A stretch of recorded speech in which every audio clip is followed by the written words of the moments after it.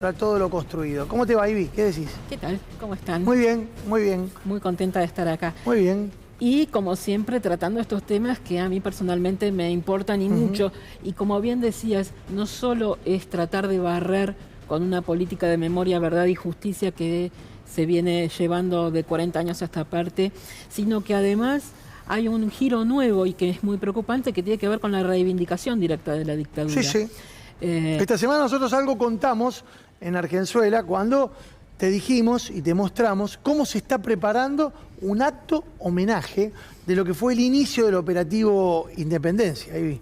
Claro, esto sería casi la cereza del postre de esta semana, de la que vamos a hablar ahora, pero a mí me gustaría hacer un poco de memoria de lo que pasó todo este año, desde aquel febrero del 2024, cuando nosotros nos enteramos y lo expusimos aquí, con este contubernio entre diputados de la Libertad Avanza, representantes del derecho y la justicia y un sacerdote que coordinó ese encuentro con el único fin de generar la libertad de los genocidas presos, por indulto o por edad. Entonces, desde ese inicio del año empezamos a ver, por ejemplo, que todos esos diputados que se reunieron con genocidas no tuvieron ningún tipo de sanción en la Cámara. Es como si esa situación no hubiera pasó pasado. inadvertido, ¿no? Como... Y es gravísima, es de una gravedad inusitada, son genocidas. Esto, solemos hacer la analogía con Alemania, no hubiera podido suceder con tanta impunidad. Pero además, estos genocidas que están presos sienten la libertad de hacer algo que no hicieron en los últimos 40 años, que es hacer juicio a las personas o a los periodistas que exponen sus intenciones, a vos y a mí, en este caso, que estamos pasando por esa vicisitud. Pero además, como si fuera poco, también aquí contamos que disponen de una cuenta en las redes sociales desde donde amedrentan, desde donde hostigan, desde donde difunden su ideología ante cientos y cientos de seguidores, con la cuenta de X Los Muertos Vivos. Digamos que no consiguieron la libertad, en realidad la prisión domiciliaria, que era lo que ellos pretendían, pero se agrandaron bastante a partir de lo que representó la instauración de estas políticas y el intento por que retroceda todo lo construido, ¿no? Claro, sienten una absoluta impunidad precisamente porque tienen un espacio político que los avala, y ese espacio político que los avala está demostrándolo además yendo con todas las políticas de derechos humanos. A los centros clandestinos de detención y su protección y su cuidado, más de 300 en el país, los están dejando caer.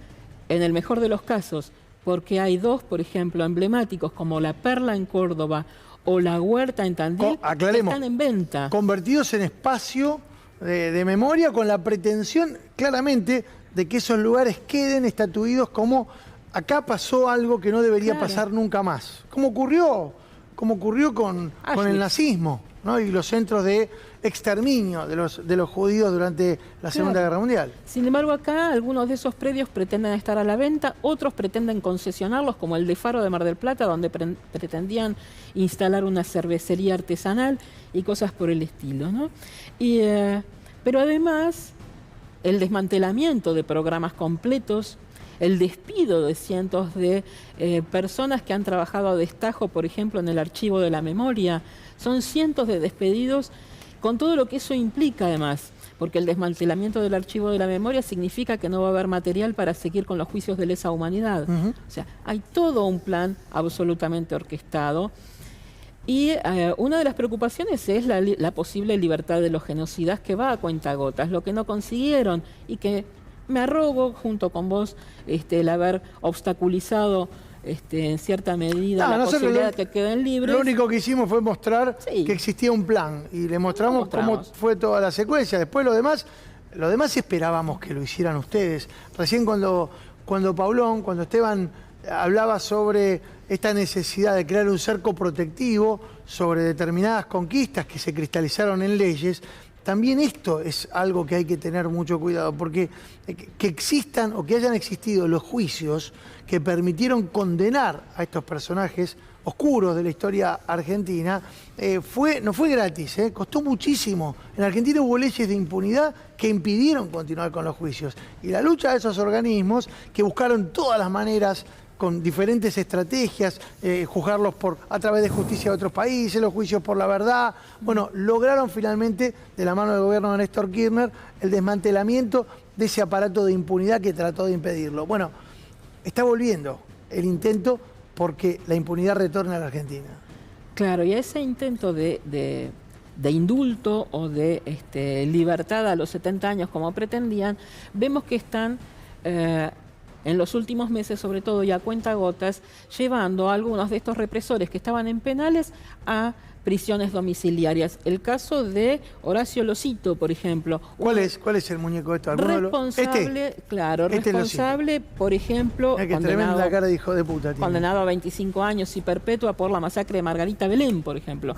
Una situación emblemática de la dictadura. Fue compañero, además, del padre de Victoria Villarruel en Malvinas. El caso de Diego Salvador Chemes, también, condenado a 21 años por secuestros. Mostrémosle la trucha, Chemes. Este señor es Chemes, alcalde mayor del servicio penitenciario, y también que ahora goza del privilegio de estar en su casa sin que tenga problemas de salud, pero así se definió en los últimos meses. Un personaje absolutamente emblemático, Adolfo Donda Tingel. Él está en este momento acá, ese señor con esa cara, apropiador de Victoria Donda, su sobrina además, ¿no? Pensemos que este tipo, mientras estuvo en la ESMA, secuestró, torturó y asesinó a su propia cuñada y se quedó con su bebé. Bueno, este señor está yendo a su casa muy tranquilamente, en visitas domiciliarias y vuelve al penal. Horacio Luis Ferrari, también, alias el Pantera, genocida de la ESMA. Que vos lo ves ahí, vos decís, mira, ahí este señor que puede haber tremendos hijos de puta, condenado por la justicia, en juicios de la democracia. A estos tipos no le hicieron juicios sumarísimos o les pusieron meterlos presos porque se les cantaron las bolas a algunos, no, como hicieron ellos. Estos tipos fueron a juicio y se los condenó con pruebas y con toda la posibilidad de defenderse.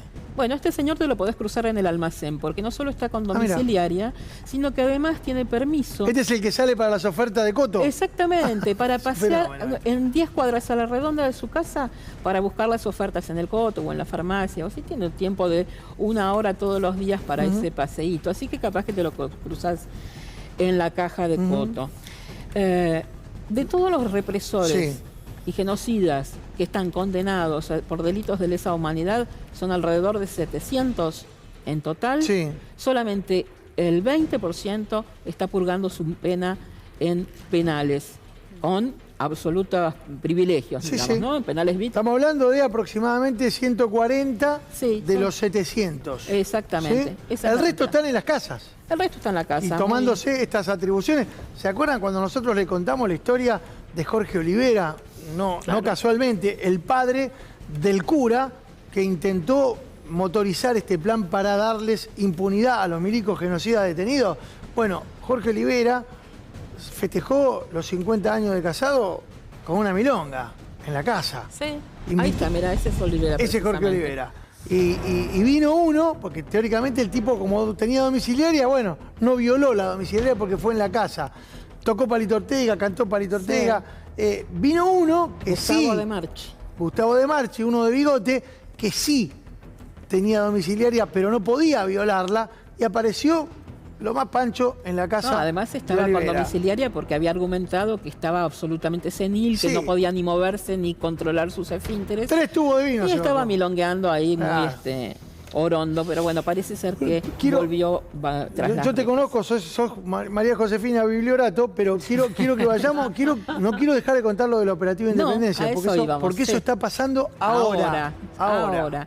En Tucumán, en este momento, hay un señor que se llama Héctor Guillermo Sotovía, que además nuclea a un montón de seguidores de la dictadura. Este muñeco que ves acá, este vino el otro día acá al canal. Vino y lo apuró a Ferrito, a nuestro productor de Argenzuela, diciéndole, ustedes dijeron unas barbaridades, qué sé yo, y cuando lo hicimos pasar, dijo, ¿qué pasó? ¿Qué dijimos mal? Pasaron un audio que no soy yo. Pasamos un audio en la Argenzuela de una convocatoria y sí, nunca dijimos que era él, pero el audio convocaba a la misma actividad que este hombre y dijo, sí, yo estoy de acuerdo con la convocatoria, pero ese no soy yo. Y después dijo, y ustedes también dijeron que, ¿y es mentira? No, ¿y a qué vino, señor? Bueno, Sotovía, este que estás viendo acá, ahí lo tenés, este señor está convocando ¿a qué? Y el 8 y 9 de febrero, ahora, a conmemorar los 50 años del Operativo Independencia. ¿Qué fue esto? Rápidamente. El puntapié inicial de un método y de una forma de operar que después se aplicó con absoluto rigor durante toda la dictadura a partir del 76. Pero fue el globo de ensayo. De hecho, en el Operativo Independencia, donde participó también el padre de Victoria Villarruel, se generó el primer centro clandestino de detención que hubo, porque esto fue en el 75, convengamos. Se inició el operativo a partir de febrero del 75 por un decreto de Isabel Perón y se generó en Famaillá el primer centro clandestino de detención donde pasaron más de 3.000 personas, muchas de las cuales están aún desaparecidas. El sentido de haber mandado 1.500 soldados para el operativo Independencia era que había un comando del ERP operando, y esto es real, así lo estaba con esa política del foquismo, en el monte tucumano. No eran más de 100 personas. 1.500 soldados fueron enviados ahí, pero de 100 combatientes que había en el monte, secuestraron a 3.000, o sea, hay 2.900 personas que no tuvieron absolutamente nada que ver con el tema. El foco insurrecto fue enseguida diezmado, digamos, pero sin embargo el operativo se extendió durante todo un año porque había un financiamiento y además había una intención política de Abdel Vilas, que era quien lideraba ese comando, de hacer el mejor número posible porque el golpe era inminente y pretendía ser gobernador. Le ganó Bussi, que llegó a último momento, se quedó con la gobernación y con el dinero del Fondo Patriótico para la Lucha Antisubversiva. Bueno, de esto te hablamos esta semana.